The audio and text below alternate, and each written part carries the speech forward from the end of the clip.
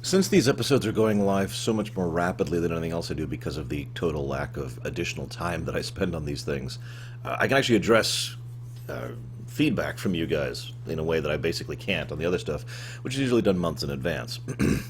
Several people have said you're not doing them in chronological order. Several people have said that. I wanted to address that. The whole point is I'm just firing up Netflix and watching them in the order that they are in on Netflix, which I'm pretty sure is production issue. I am, of course, aware of the fact that the show does have episodes, most notably the one in season 2 that happens before Rookies, just right off the top of my head. So I'm aware of that, and if I were to ever do a full rumination series on this particular show, I would probably think more carefully and hardly about whether or not I'm going to do chronological order or if I'm going to do production order. As of right now, there's no debate, though. Just wanted to get that out there. So I like how Padme Amidala is actually competent in this episode. But it's weird that I have to comment on that because the reason I have to comment on that is because she's basically the only one who's competent in this episode. Obi-Wan can't stop snarking. Anakin just grins his way through everything. Grievous is like, oh, I have to go do this now. He's like a cat following a frickin' laser pointer on the ground. And the other Jedi are just like, yep, everything's cool and nothing's weird going on here at all. Really? Also, nobody thinks it's even remotely suspicious that Palpatine's like, hey, Amidala, you should go to this specific spot. I've been told that it's a good thing for you to go there, given, the banking clans and all that. I mean, I know that's going to be his excuse, that it was actually a separatist plot, not his plot, but I mean, really? I also have to comment really quick. This is something that's been occurring to me on each of these episodes, and I just kind of haven't really commented on it yet. I hate the announcer guy at the beginning. Like, it actively takes me out of the episode. In the last episode. No. You know what works a lot better for me? Those quotes at the beginning. That's nice, and I like that. I like the little thing that's either just an interesting quote or something that's relevant to the episode. I do enjoy that, as opposed to the Malevolence is over here. I also have to comment on the droids, and I swear this is the last time I'm going to comment on the droids. I swear.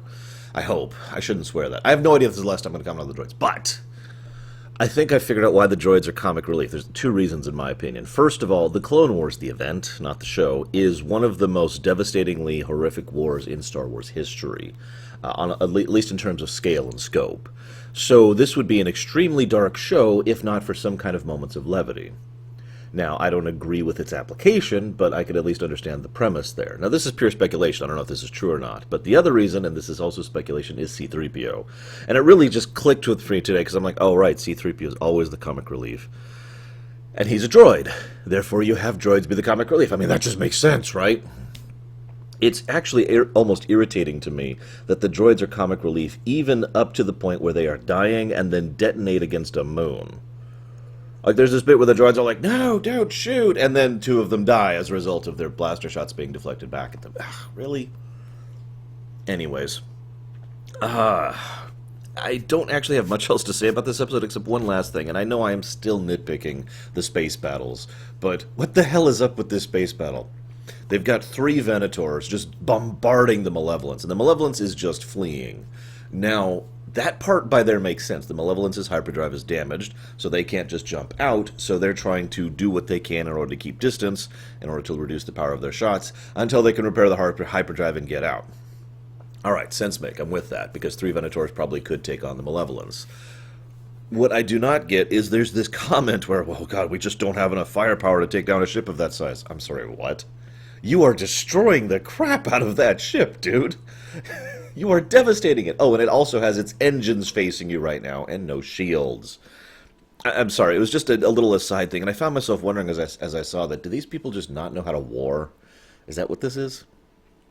Because I like to give credit where credit is due, I do like, once again, they're doing a better job with the backgrounds, the conveyor belt area, or basically the various places of the Malevolence which they show throughout the course of the episode as Anakin and Obi-Wan go to rescue Amidala. And I put that in quotes because, good God, she is by far the most competent person in this episode.